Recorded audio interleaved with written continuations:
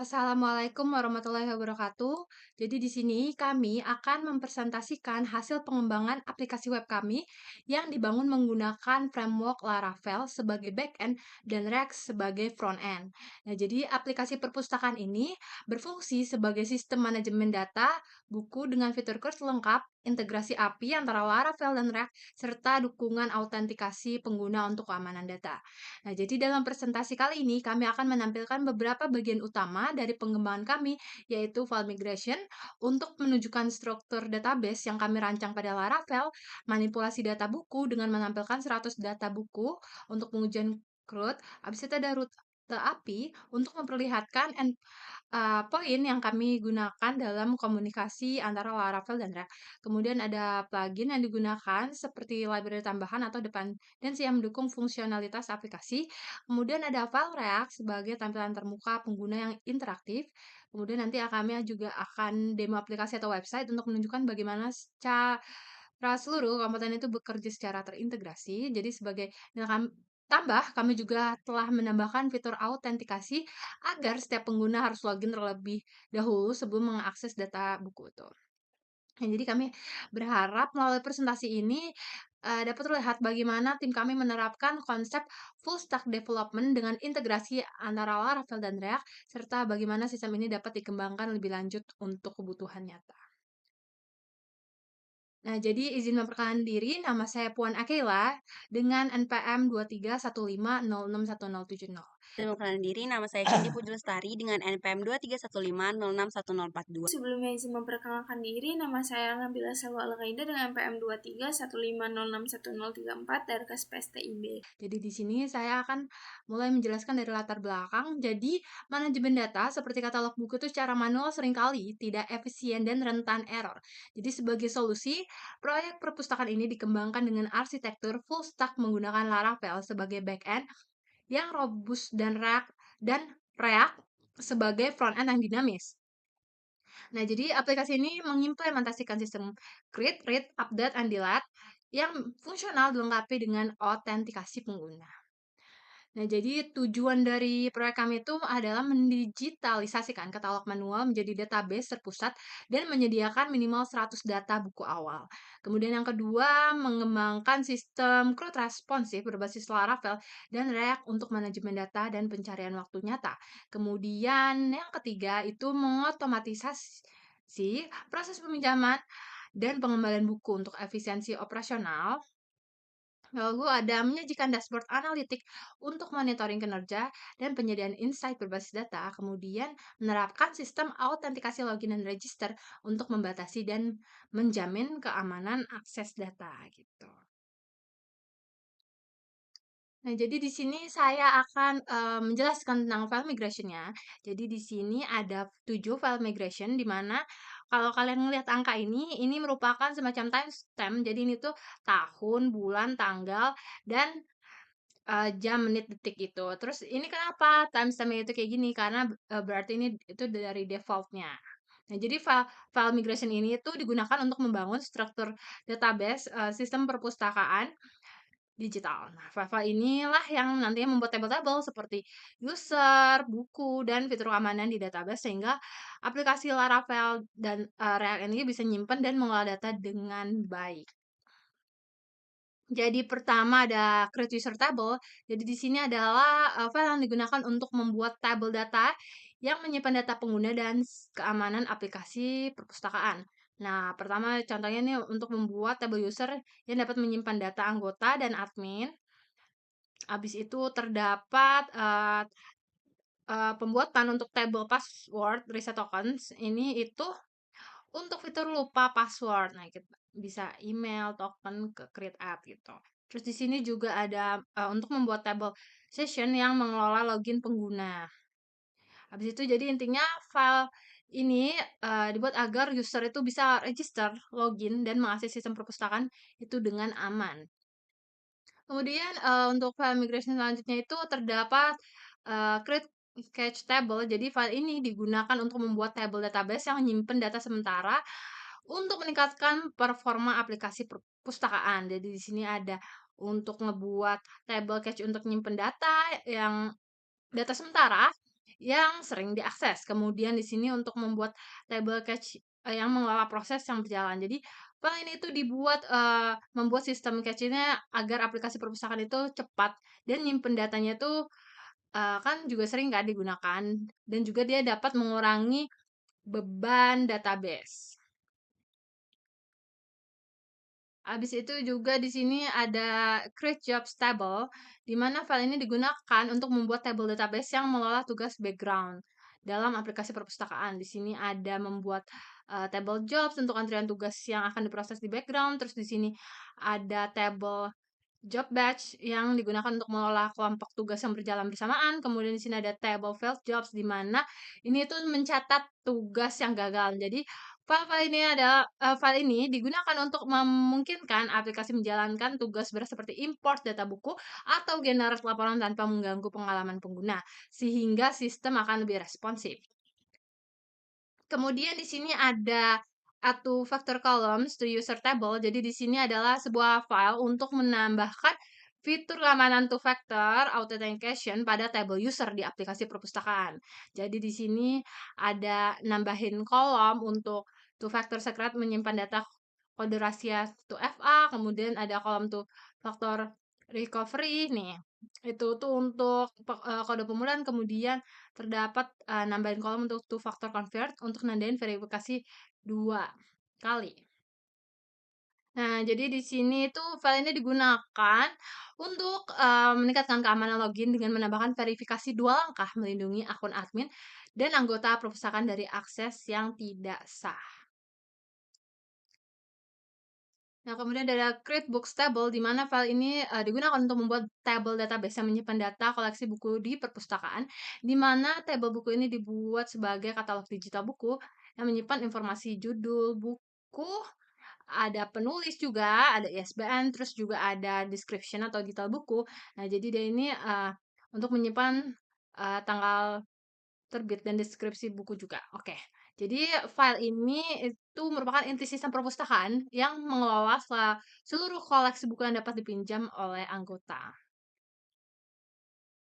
Nah, jadi ada add is admin to user table. Jadi di sini itu adalah file untuk menambahkan fitur role administrator pada table user di aplikasi perpustakaan. Jadi ini itu untuk menambah kolom is admin untuk membedakan user biasa dan admin nih. Nah, terus nilai default false itu berarti semua user awalnya adalah anggota biasa.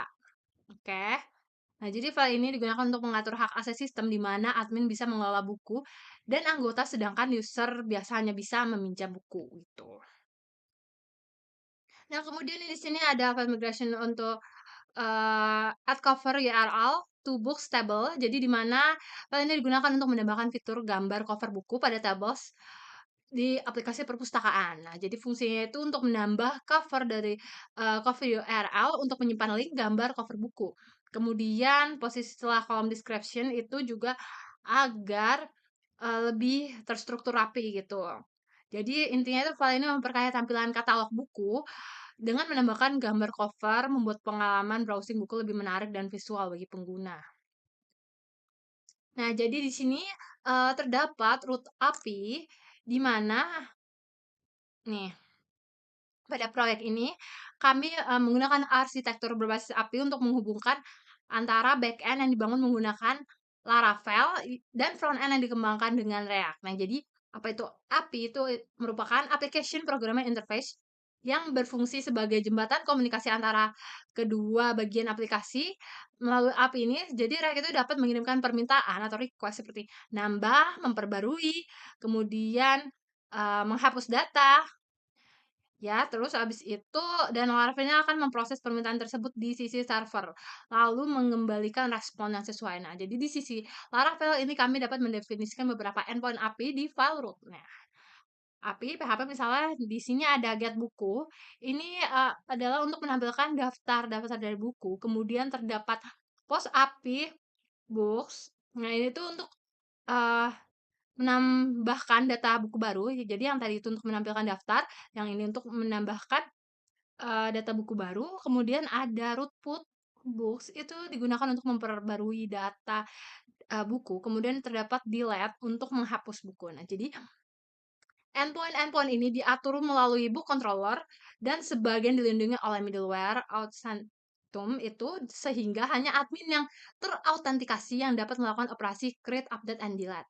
Nah, jadi sementara di sisi React ini pada file index TaskX itu kami membuat fungsi CRUD handler seperti create book. Nah, seperti CRUD untuk mengirim permintaan post ke endpoint admin API Books. Kemudian ada fungsi update book yang mengirimkan permintaan post ke admin API Book juga, dan juga fungsi delete book yang mengirimkan permintaan delete ke endpoint yang sama.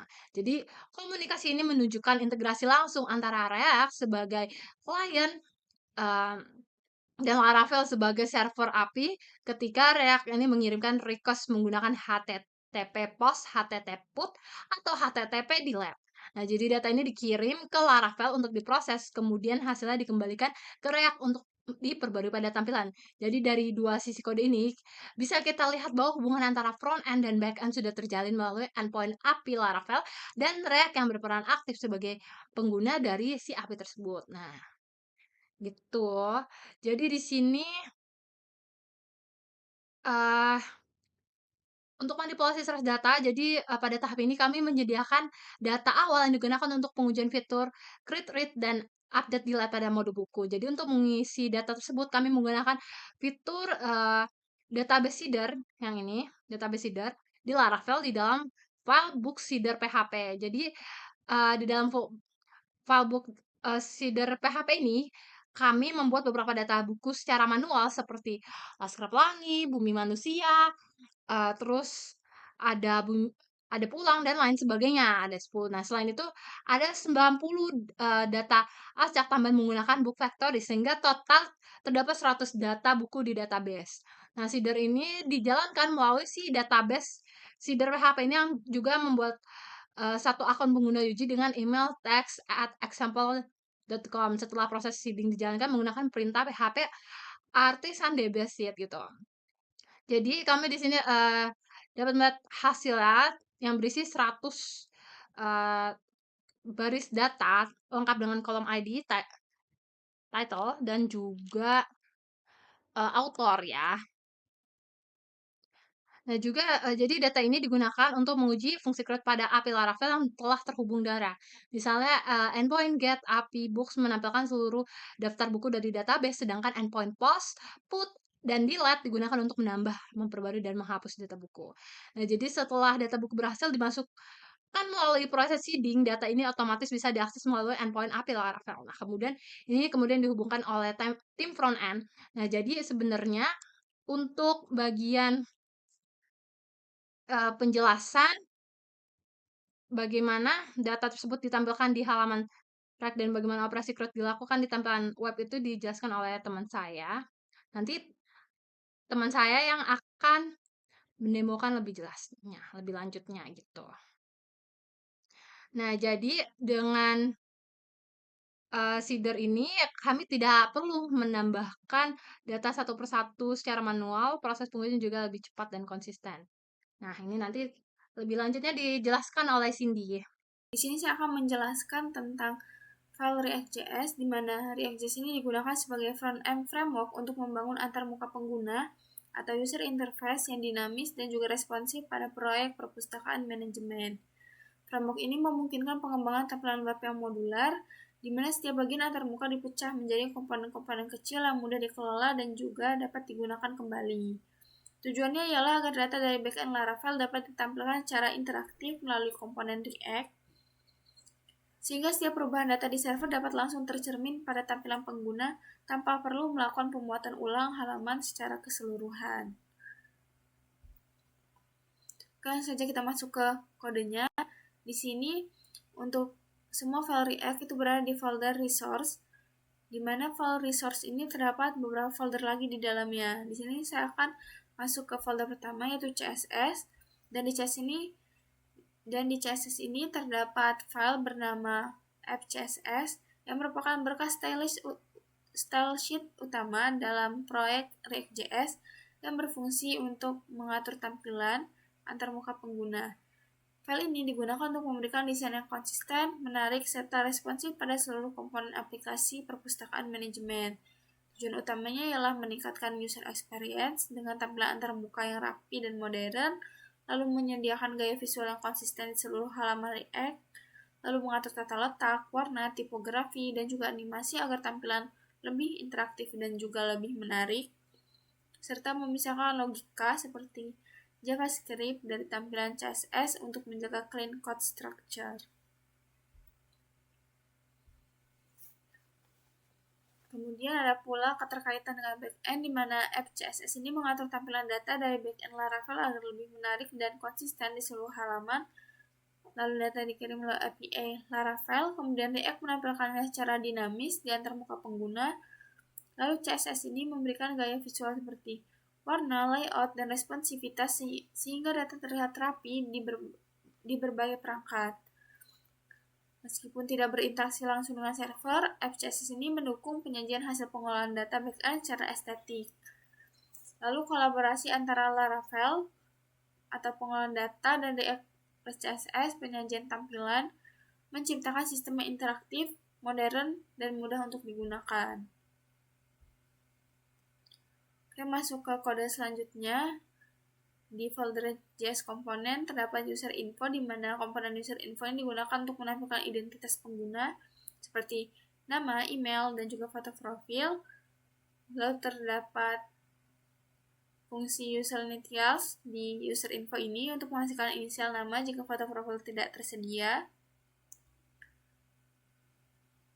Lalu properti user ini menyimpan data pengguna, sedangkan show email ini menentukan apakah email akan ditampilkan.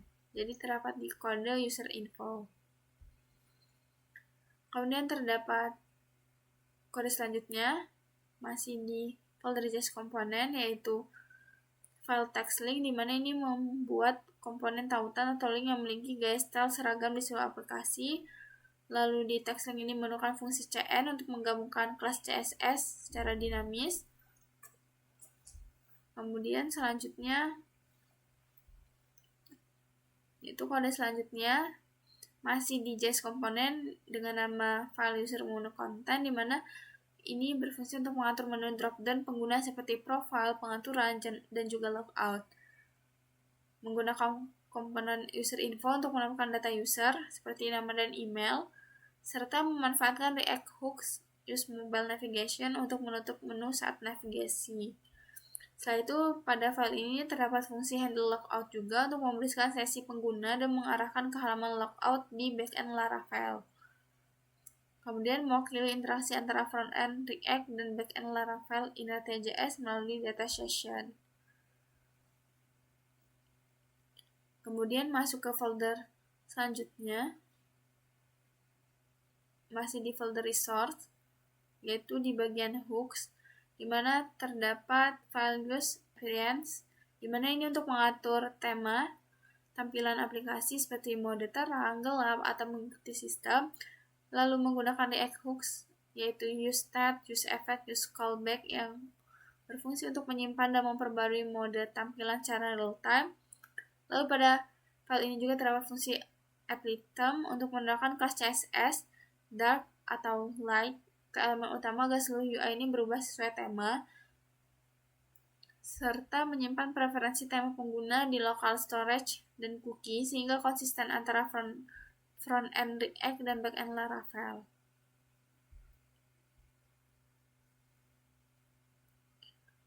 Kemudian terdapat use di hooks juga, dimana ini untuk menangani notifikasi singkat pada aplikasi React. Lalu file ini juga menggunakan useStat untuk menyimpan daftar notifikasi aktif. Lalu fungsi toast ini untuk memberikan pesan baru berisi judul, deskripsi, dan juga tipe. Toast ini akan otomatis hilang setelah 5 detik menggunakan set timeout.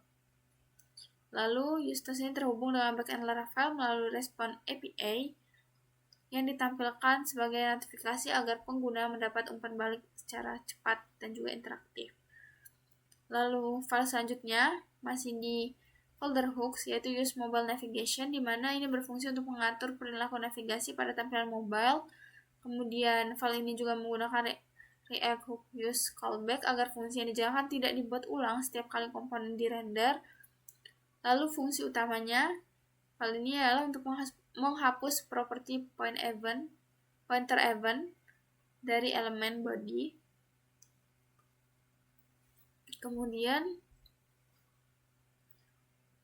masuk ke folder berikutnya, di mana folder lib ini terdapat dua file, yaitu utils dan asios. Di mana utils ini memiliki fungsi cn yang berfungsi untuk menggabungkan kelas CSS secara efisien menggunakan clsx dan tailwind merge. Sedangkan fungsi lain yaitu fungsi isemurl dan resolve URL digunakan untuk memeriksa serta menyamakan URL dalam navigasi Inertia.js. Kemudian ada pula file asios, di mana kode asios ini digunakan untuk membuat instan HTTP client yang otomatis melakukan CSRF token dan mengatur permintaan agar aman serta terintegrasi dengan Laravel melalui xRequest-wait. Kemudian di sini juga terdapat folder layout, di mana folder layout ini terdiri dari beberapa file. Yang pertama itu ada outlayout. Outlayout ini terdiri dari 3 file dengan nama outcard layout, lalu outsimple layout, lalu ada outspeed layout, di mana outlayout TSX ini berfungsi untuk mengatur tampilan halaman, login, dan register dengan gaya berbeda seperti kartu, sederhana, ataupun tampilan terpisah atau split. Jadi semua layout ini terintegrasi dengan backend Laravel melalui Inertia.js untuk menampilkan data dan desain autentikasi yang dinamis. Kemudian terdapat file layout lagi, yaitu app layout, di mana app layout ini terdiri dari 2 file, yaitu dengan nama app header layout dan juga app sidebar layout. Ini berfungsi sebagai layout utama yang menampilkan struktur halaman setelah login seperti dashboard dan data buku. File ini juga mengatur tampilan global seperti header, sidebar, serta konten utama agar konsisten dan terintegrasi dengan backend Laravel melalui Inertia.js. Kemudian di sini masuk ke folder page, di mana page ini terdapat 2 file, yaitu dashboard.tsx dan welcome.tsx, di mana dashboard page ini untuk melakukan ringkasan data perpustakaan seperti jumlah buku, penulis unik, dan buku ber-ISBN menggunakan komponen dinamis yang terhubung dengan API melalui asios. Kemudian terdapat welcome.tsx yang berfungsi sebagai halaman utama publik yang menampilkan fitur pencarian buku real time dan juga akses cepat ke login atau registrasi dengan integrasi Inertia.js dan React. Lalu di sini juga terdapat file lainnya dari folder page, yaitu apps.tsx dan ssr.tsx, di mana app.tsx ini berfungsi sebagai titik awal dari aplikasi React berbasis Inertia.js pada Laravel. File ini juga bertugas untuk menghubungkan front-end React dengan back-end Laravel, serta memuat halaman secara dinamis sesuai rute, serta mengatur tema tampilan dan progres navigasi. Kemudian ssr.tsx ini digunakan untuk server-side rendering, yaitu untuk merender halaman React di server agar tampilan awal lebih cepat dan SEO lebih baik dengan menghubungkan komponen React ke Laravel melalui React Server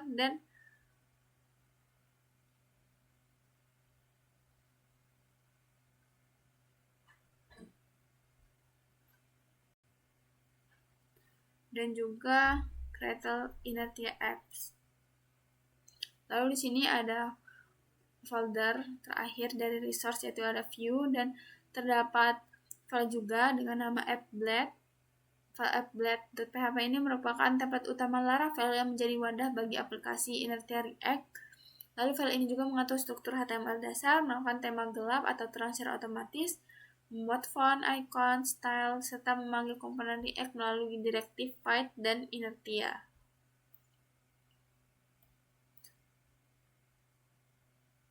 Oke, langsung saja kita masuk ke kodenya agar penyampaiannya lebih detail. Oke, di sini kita telah masuk ke kodenya di VS Code. Lalu kita akan membahas lebih lanjut terkait file React. Di sini file React terkumpul pada file resource, dan file resource ini terdiri dari beberapa file lagi, yaitu CSS, JS, dan Vue, yang ketiganya masing-masing terdiri dari file-file. Oke, kita langsung masuk saja ke CSS. Di sini terdapat file dengan nama apps.css, di mana apps.css ini merupakan fondasi visual seluruh aplikasi, di mana di sini kita itu dapat mendefinisikan variabel global untuk warna, font, radius, dan shadow yang akan digunakan oleh semua komponen React. Kemudian tema light dan dark diatur dengan variabel yang berbeda, di mana light mode menggunakan warna terang untuk background dan teks gelap agar mudah dibaca. Sedangkan untuk dark mode menggunakan background gelap dan teks terang agar nyaman di mata di kondisi cahaya rendah. Dengan menggunakan variabel global, semua komponen seperti tombol, card, atau sidebar dapat menyesuaikan tampilannya secara otomatis ketika pengguna beralih antara light dan dark mode. Selain itu, CSS juga mengatur base layer melalui layer base di paling bawah sini. Nah, di sini dimana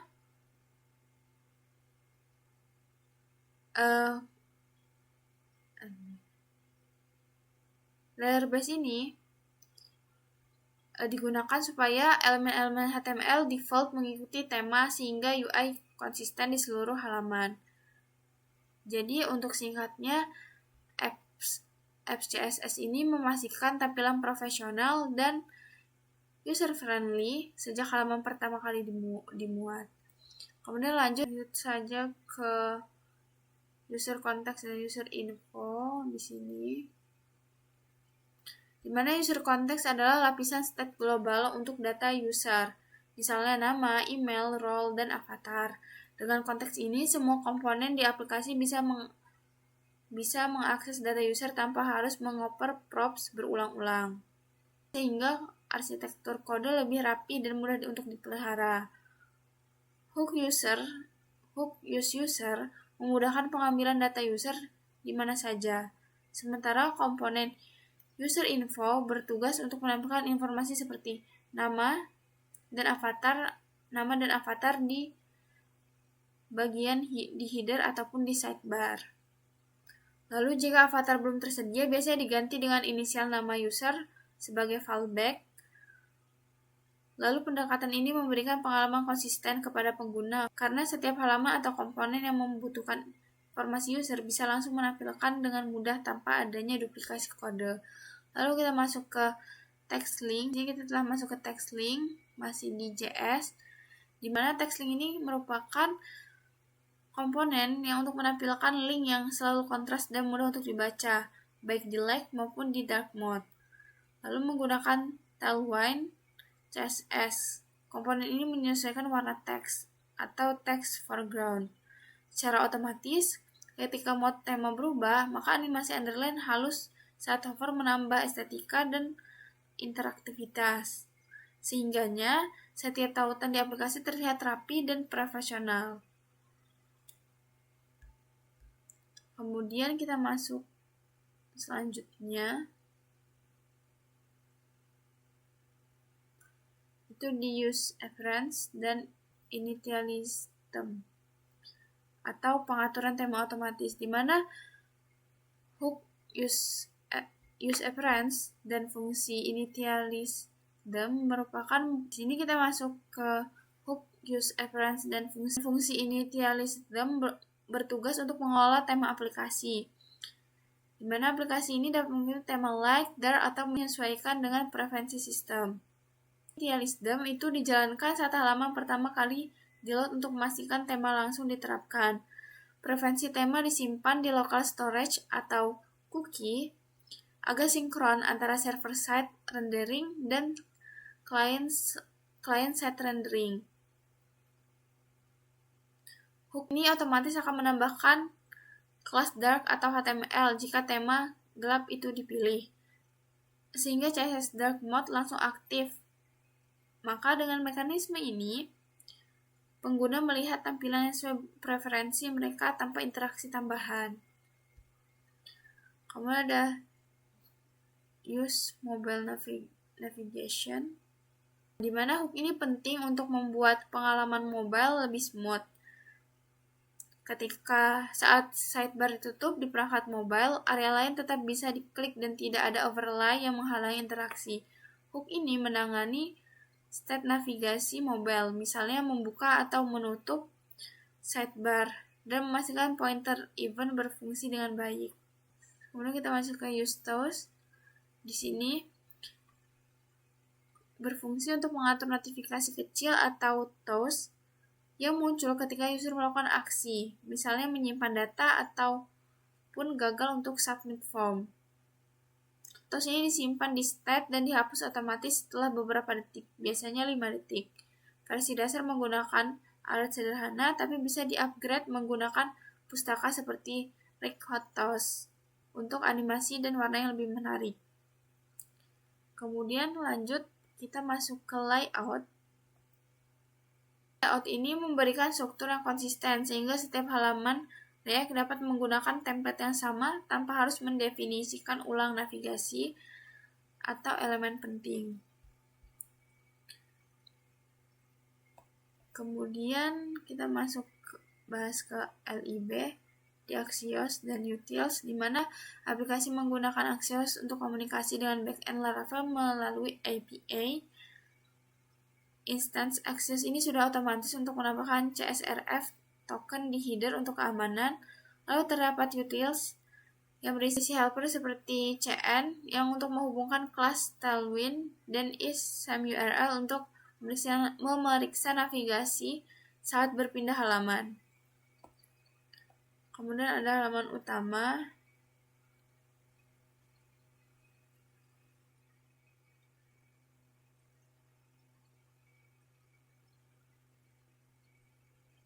Dan di halaman utama ini, seperti halaman dashboard dan halaman welcome, ini menampilkan konten sesuai role user, misalnya dashboard untuk user login dan halaman welcome untuk just. Warna teks dan komponen otomatis menyesuaikan tema, light ataupun dark, sehingga user langsung mendapatkan pengalaman visual yang nyaman. Kemudian terdapat app TSX, di mana ini adalah jantung integrasi React dengan Laravel Inertia. Jadi app TSX ini adalah jantung integrasi React dengan Laravel Inertia. Create Inertia Apps. Bagian ini, Create Inertia Apps. Di mana Create Inertia Apps ini menghubungkan root Laravel dengan komponen React Resolve Page Component. Yang ini. Nah, setelah itu secara otomatis itu akan mencari file resolve page component. Resolve page component ini secara otomatis mencari file tsx sesuai dengan nama root sehingga developer tidak perlu import manual tiap halaman. Lalu di sini juga terdapat initialism yang memastikan tema diterapkan sejak awal, dan strict mode. Strict mode ini digunakan untuk membantu mendeteksi bug atau perilaku tak konsisten saat development dengan setup development. Jadi strict mode itu untuk membantu mendeteksi bug atau perilaku tak konsisten saat development. Dengan setup ini, aplikasi React ini dapat berjalan mulus di sisi klien. Di sini terdapat SSR TSX, di mana file ini untuk merender React di server menggunakan React DOM serve random to string. Nah, yang ini ya. Sehingganya konten sudah berupa HTML sebelum sampai di browser. Hal ini mempercepat first contentful pane, lalu membuat halaman SEO friendly dan mengurangi flash putih saat dark mode diterapkan. SSR ini bekerja bersama Inertia agar setiap halaman dapat dirender baik di server maupun di klien secara konsisten. Hal ini mempercepat first contentful pane, membuat halaman SEO friendly dan mengurangi flash putih saat dark mode diterapkan. Lalu SSR ini bekerja sama dengan inertia agar setiap halaman dapat dirender baik di server maupun di klien secara konsisten. Kemudian yang terakhir itu di bagian view. Nah, di sini terdapat satu file dengan nama app.blad.php di mana ini merupakan kerangka HTML utama yang menampung React. Lalu root React ini diinsert menggunakan inertia, sedangkan add-file membuat bundle JSTS React. Inline script dan CSS memastikan dark mode diterapkan sebelum React mode sehingga user tidak melihat flash putih. Template ini juga mengatur favicon, font, dan meta viewport sehingga halaman siap tampil responsif dan estetik sejak pertama kali di-load. Di sini saya akan menjelaskan bagian tugas saya, yaitu yang pertama membuat plugin dan file autentifikasi, dan yang kedua saya akan mendemokan aplikasi website kami. Nah, langsung saja.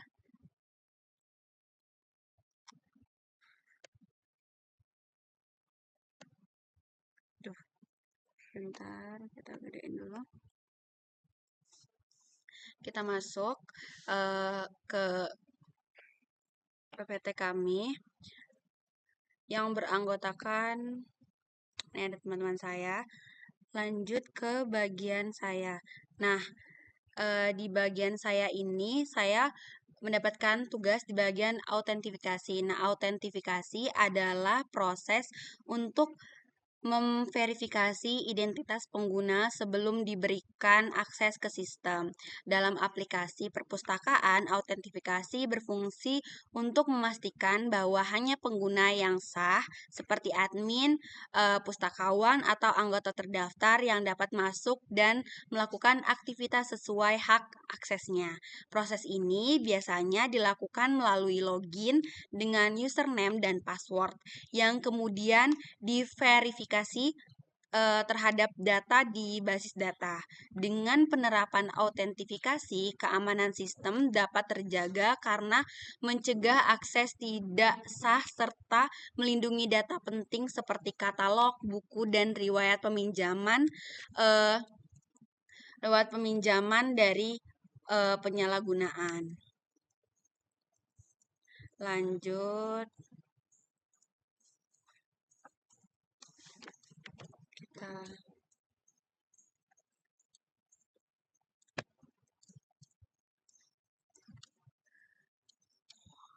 Nah, ini berikut merupakan file-file dari autentifikasi yang udah saya buat. Nah, jadi bagian fitur ini nih yaitu sistem yang berfungsi untuk mengelola proses login, pendaftaran, dan keamanan akun pengguna. Nah, semua file di dalam folder autentifikasi ini dia itu mengatur berbagai tahapan keamanan agar pengguna bisa mengakses aplikasi dengan aman dan terverifikasi. Ada login.txt digunakan saat pengguna masuk ke akun mereka dengan email dan password. Ada register.txt digunakan untuk proses pembuatan akun baru oleh pengguna. Ada forgot password.txt berfungsi ketika pengguna lupa kata sandi, sistem akan mengirimkan tautan reset ke email. Ada reset password.txt. Nah, halaman ini nih untuk mengatur ulang password baru setelah menerima tautan reset. Terus kemudian ada confirm password.txt. Dia digunakan untuk meminta pengguna memasukkan ulang password saat melakukan tindakan penting seperti mengubah data pribadi. Kemudian ada file email.txt. Dia digunakan untuk memastikan alamat email pengguna valid dengan cara mengirimkan link verifikasi. Kemudian yang terakhir ada two-factor challenge.txt. Dia itu memberikan keamanan tambahan melalui verifikasi 2 langkah, biasanya dengan kode OTP yang dikirimkan ke email atau ponsel. Nah, jadi keseluruhan bagian ini nih bertujuan untuk melindungi data pengguna yang mencegah akses ilegal. Dengan adanya sistem autentifikasi yang lengkap seperti ini, aplikasi menjadi jauh lebih aman dan terpercaya. Lanjut untuk di bagian plugin. Nah, plugin ini adalah manajemen data seperti katalog buku secara manual, seringkali tidak efisien dan rentan terhadap kesalahan, sehingga proyek perpustakaan ini dikembangkan dengan arsitektur full stack menggunakan Laravel sebagai backend yang tangguh dan Rich sebagai frontend yang interaktif. Nah, sistem ini menerapkan fitur CRUD, create, read, up, dan delete, serta autentikasi pengguna untuk menjaga keamanan data. Nah, untuk meningkatkan fungsional digunakan beberapa plugin pendukung seperti Laravel Permission untuk pengaturan hak akses, Laravel Excel untuk import dan ekspor data, Access untuk komunikasi IP, serta Reach untuk tabel dan range-nya. Gunanya untuk menampilkan data secara dinamis serta memberikan notifikasi interaktif kepada pengguna.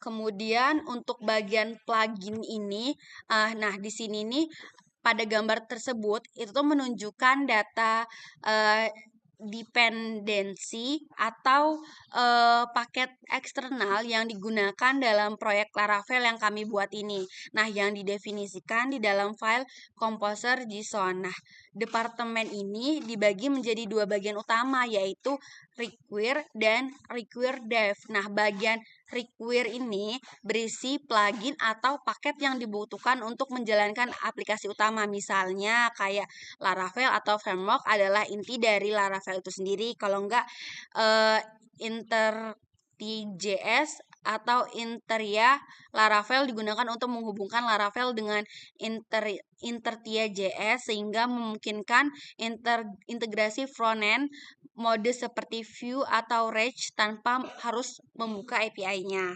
Ada lagi Laravel atau Fortify yang menyediakan fitur autentifikasi dan keamanan pengguna. Nah, Laravel atau Tinker adalah alat interaktif untuk menjalankan perintah dan menguji kode Laravel secara langsung. Nah, yang terakhirnya adalah Laravel atau Wi-Fi. Dia tuh membantu dalam navigasi atau manajemen route secara dinamis. Kalau buat di bagian require dev, nah ini nih berisi plugin yang hanya digunakan selama proses pengembangan, bukan di server produksi. Contohnya kayak Faker PHP yang digunakan untuk membuat data dummy atau data palsunya, ada Laravel atau Pile, Laravel Print, Laravel Style digunakan untuk mempermudah proses debug. Kemudian ada Mockery digunakan untuk membuat mock object. Kemudian ada non Maduro, dia itu sebagai untuk menampilkan pesan error. Kemudian ada Patch PHP, dia itu digunakan untuk menulis dan menjalankan penguji dengan sintak yang lebih sederhana. Jadi bagian kedua ini nih menunjukkan bahwa Laravel itu tidak bekerja sendirian. Ia bergantung pada berbagai plugin untuk menambahkan fitur, untuk mempercepat, untuk pengembangan, untuk mempermudah dan pengujian serta meningkatkan keamanan. Nah, itu untuk di bagian plugin. Ini untuk di bagian plugin yang kedua, ini ada plugin for front end. Nah, atau Reg, ini berisi daftar dependensi atau paket eksternal yang digunakan dalam proyek berbasis Reg. Nah, dependensi ini dikelola melalui proyek berbasis Reg. Nah, dia ini dikelola melalui file package JSON dan berfungsi untuk mendukung pengembangan antarmuka pengguna atau UI yang modern, interaktif, serta memudahkan dikembang. Kemudian setiap plugin ini nih memiliki peran penting dalam pembangunan struktur dan tampilan dalam menggunakan aplikasi. Nah, kemudian contohnya tuh kayak Radix Strip UI. Nah, itu tuh menyediakan kumpulan komponen antarmuka siap pakai seperti tombol, dialog, menu drop-on, dan elemen interaktif lainnya. Dengan Radix UI,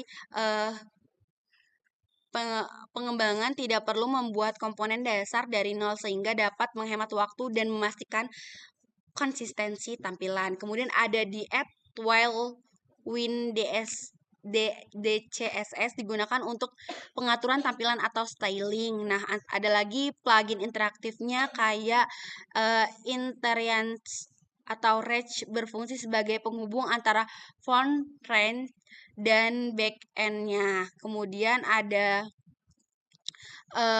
yang terakhir ya, kemudian ada di ada di ini ada yang namanya Fluid Rage itu menyediakan ikon vektor modern yang ringkas dan mudah disesuaikan untuk memperindah tampilan. Nah, eh, baik, selanjutnya ini saya akan mendemokan website perpustakaan yang telah kami buat. Nah, pertama-tama pengguna itu akan diarahkan ke bagian halaman login atau autentifikasi. Nah, untuk di halaman ini, pertama pengguna diarahkan ke halaman login atau autentifikasi ini. Di sini pengguna perlu memasukkan email atau password yang terlebih dahulu untuk bisa mengakses sistem. Nah, proses autentifikasi ini penting agar hanya pengguna yang terdaftar saja yang bisa login ke dalam sistem. Ini udah aku masukin email sama passwordnya, kita tinggal login. Kemudian kita tunggu terlebih dahulu. Nah, setelah berhasil login, kita langsung masuk ke halaman dashboard. Nah, pada halaman ini nih ditampilkan ringkasan aktivitas perpustakaan seperti jumlah total buku, jumlah penulis, serta buku yang memiliki ISBN. Selain itu, di bagian bawah juga terdapat tampilan buku terbaru yang baru saja ditambahkan sistem. Nah, di dashboard ini juga tersedia tombol kelola buku, ada juga import CSV dan ekspor. Nah, yang memudahkan admin dalam mengatur data buku. Nah, berikut saya akan masuk ke dalam menu kelola buku. Ini merupakan menu kelola buku. Nah, di halaman ini kita dapat melihat daftar seluruh buku yang tersimpan di sistem. Terdapat judul penulis, kemudian penulis, ada judul buku, ada ISBN, dan tahun terbit. Kita juga bisa melakukan pencarian berdasarkan judul penulis atau ISBN melalui kolom pencarian. Kita bisa cari di sini. Nah, kemudian selain itu terdapat tombol tambahkan buku. Nah, ini kan ada tombol tambahkan buku yang digunakan untuk menambahkan data buku baru ke sistem. Setiap data buku yang sudah tersimpan juga bisa kita edit. Kita bisa edit di sini, kemudian menggunakan tombol edit ini, atau bisa juga kita menghapus menggunakan tombol yang dihapus ini. Nah, sebagai contohnya, saya akan menambahkan satu buku. Kita akan nambahkan satu buku. Di sini kita akan kasih judul bukunya, misalnya Pergi. Nama penulis mungkin kita bisa asal aja. ISBN-nya juga kita bisa asal.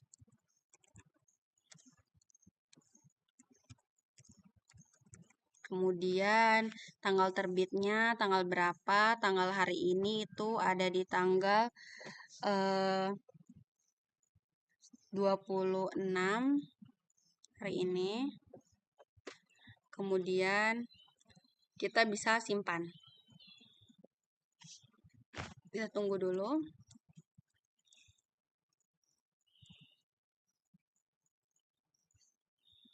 Nah, sudah ada tadi yang barusan kita masuk, judul bukunya Pergi, penulisnya Cindy dengan ISBN 231506142, terbitnya hari ini. Nah, ini kita bisa melakukan kita bisa ngedit nih. Kita mau edit misalnya jangan Cindy, penulisnya misalnya Puan. Akaila. Kita bisa edit namanya, misalnya maunya Akaila. Kita simpan hasilnya, kita cek apakah penulisnya ganti namanya jadi penulisnya ganti namanya jadi Akaila. Nah, kita juga bisa ngapus file ini. Nah, kita akan coba ngapus file yang baru kita buat. Kita akan hapus. Coba kita cek lagi apakah filenya sudah terhapus. Nah, file yang kita buat tadi dengan judul pergi dengan penulis Akela sudah berhasil dihapus. Nah, oke, semua proses ini terhubung langsung ke database sehingga setiap perubahan akan otomatis tersimpan dan diperbarui secara real time. Dengan fitur-fitur ini, sistem perpustakaan menjadi lebih efisien dalam pengolahan data buku dan memudahkan admin untuk memantau lokasi. Begitulah tampilan pada website atau aplikasi yang sudah kami buat. Ini ada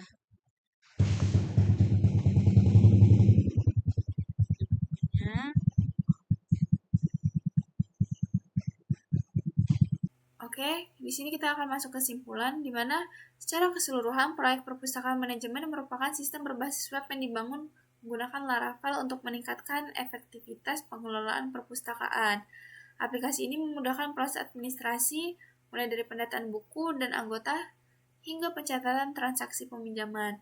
Dengan struktur pengembangan yang teratur dan teknologi modern, proyek ini mampu menghadirkan solusi digital yang praktis dan mendukung operasional perpustakaan secara optimal. Mungkin sekian yang dapat kelompok kami sampaikan, kurang dan lebihnya kami mohon maaf. Wassalamualaikum warahmatullahi wabarakatuh.